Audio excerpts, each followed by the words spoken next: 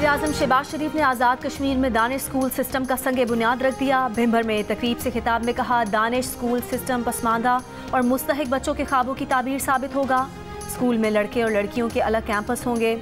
1 साल की रिकॉर्ड मुद्दत में स्कूल का आगाज़ किया जाएगा। आज़ाद कश्मीर के मज़ीद 2 अजला में भी जल्द दानिश स्कूल सिस्टम का संग बुनियाद रखेंगे।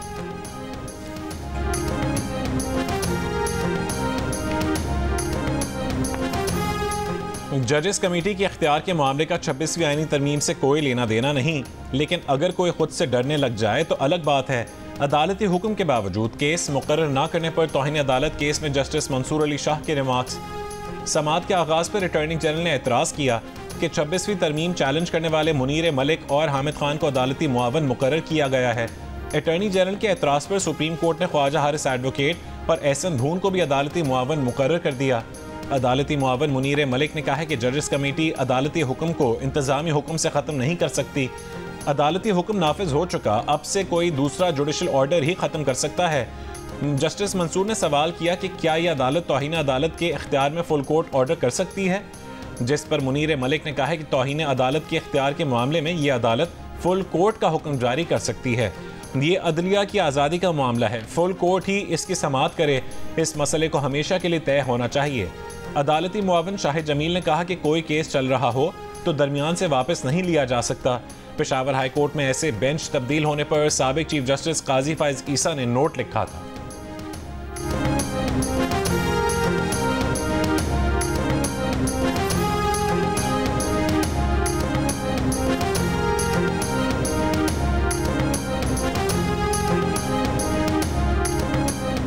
सुप्रीम कोर्ट का अदालती हुक्म के बावजूद केस मुकर्रर न करने पर तौहीन अदालत केस में एडिशनल रजिस्ट्रार नज़र अब्बास को तहरीरी जवाब जमा कराने का हुक्म। जस्टिस मंसूर अली शाह ने एडिशनल रजिस्ट्रार से कहा कि हम जानना चाहते हैं कि केस क्यों वापस हुआ, पता नहीं इसमें आपका कितना किरदार है। नज़र अब्बास के दिफा में जजेस कमेटी के फैसले पेश किए गए थे।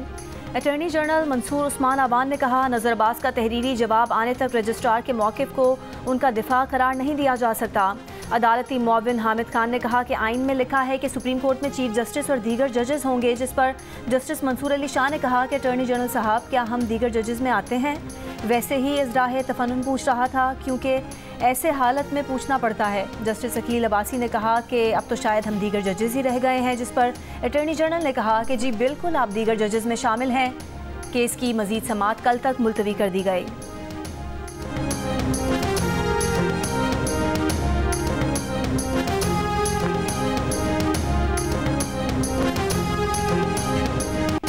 नहीं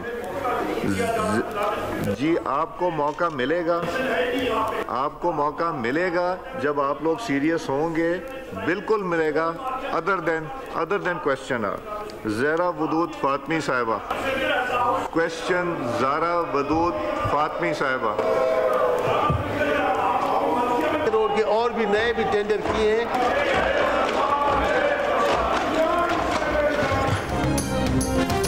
कौमी असम्बली के इजलास में दूसरे रोज भी अपोजिशन का शोर शराबा और एहतजाज। एजेंडे की कॉपियां फाड़ दी। स्पीकर के डाइस के सामने जमा होकर भी एहतजाज।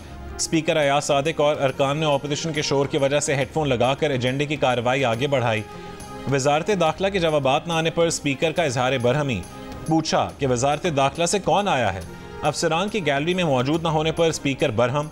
कुछ देर बाद वजारत दाखिला के अफसरान गैलरी में पहुंचे तो उन्हें कहा कि सेशन के खात्मे तक यहीं बैठे, बाद में आकर चेंबर में मिले।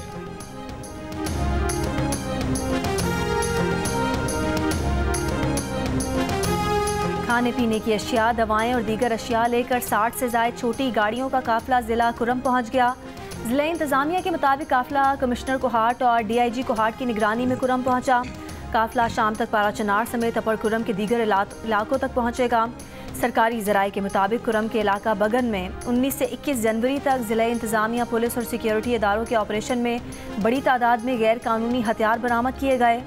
फरीकैन के दस्तखत शुदा मुआहदे के मुताबिक शरपसंदों के खिलाफ बिला तफरीक कार्रवाई होगी। कौमी असम्बली की कायमा कमेटी बराए IT ने डिजिटल नेशन बिल पाकिस्तान मंजूर कर लिया। वज़ीर मुमलिकत बराए IT शज़ा फातिमा ने बिल को रिश्वत के खात्मे और लोगों के बुनियादी मसाइल के हल के लिए ज़रूरी करार दिया। कहा कि डेटा एक जगह जमा होने का तासुर गलत है। इदारे डिजिटलाइज हो रहे हैं, लेकिन सरकारी इदारे डिजिटल नहीं होना चाहते। उन्हें इसके लिए जंग लड़ना पड़ रही है। उमर अयूब ने बिल की मुखालफत की, कहा कि बताएं कि डेटा कैसे महफूज रहेगा, डेटा का गलत इस्तेमाल कैसे रोका जाएगा।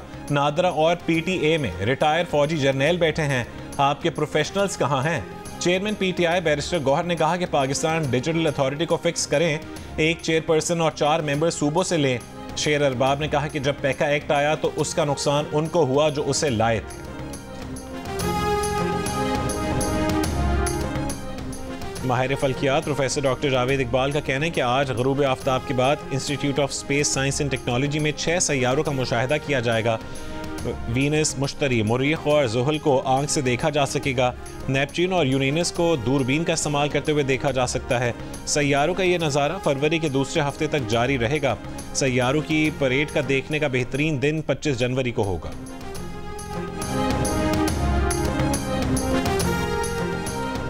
इसराइल का मकबूजा मगरबी किनारे में फौजी ऑपरेशन, जनीन शहर में फायरिंग, 10 फ़लस्तीनी शहीद, 40 जख्मी। जनीन में अल राजी अस्पताल के डायरेक्टर का कहना है कि इसराइल फौज जख्मियों को अस्पताल पहुंचने नहीं दे रही। मगरबी किनारे के दीगर शहरों में भी छापामार कार्रवाइयाँ।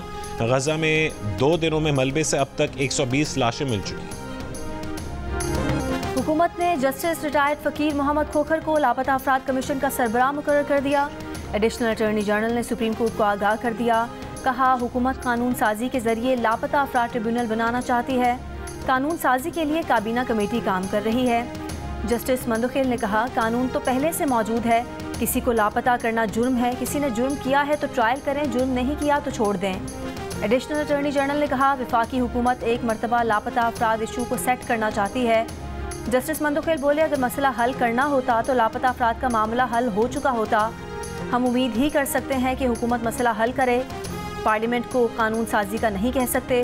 मजीद समाअत गैर मुअय्यना मुद्दत तक के लिए मुलतवी।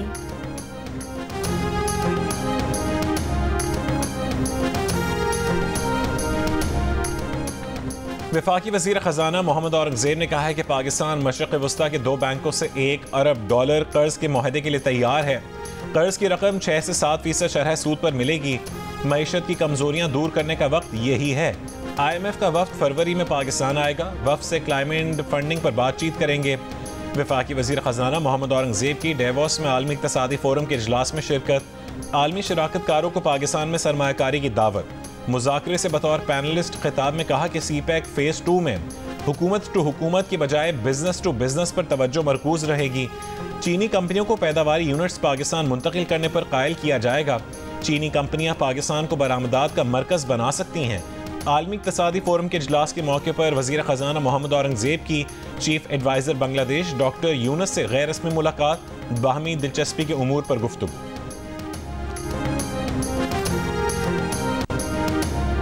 सेनेट खजाना कमेटी ने FBR को 6 अरब रुपए मालियत की 1010 गाड़ियों की खरीदारी रोकने की हिदायत कर दी।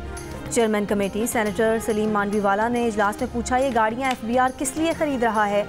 वजारत खजाना के हुकाम ने कहा, गाड़ियाँ फील्ड अफसरान के लिए खरीदी जा रही हैं। सलीम मानवीवाला ने कहा कि अब तक फील्ड अफसरान टैक्स लेने साइकिल पर जाते थे। सेनेटर फैसल वार्डन ने एतराज़ किया कि FBR तमाम गाड़ियाँ एक मखसूस कंपनी से खरीद रहा है।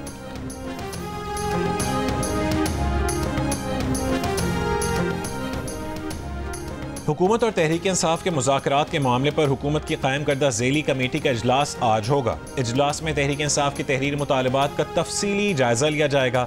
ज़ेली कमेटी अपनी सिफारिशात हुकूमती कमेटी को पेश करेगी। हुकूमती कमेटी रवां हफ्ते के आखिर में PTI के मुतालबात का तहरीरी जवाब स्पीकर को देगी।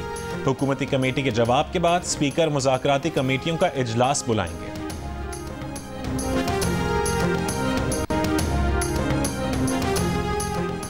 अमरीकी सदर ट्रंप का $500 अरब के स्टारगेट AI प्रोजेक्ट का ऐलान। कहा, ओपन AI, सॉफ्ट बैंक और Oracle AI में $500 अरब की सरमायाकारी करेंगे।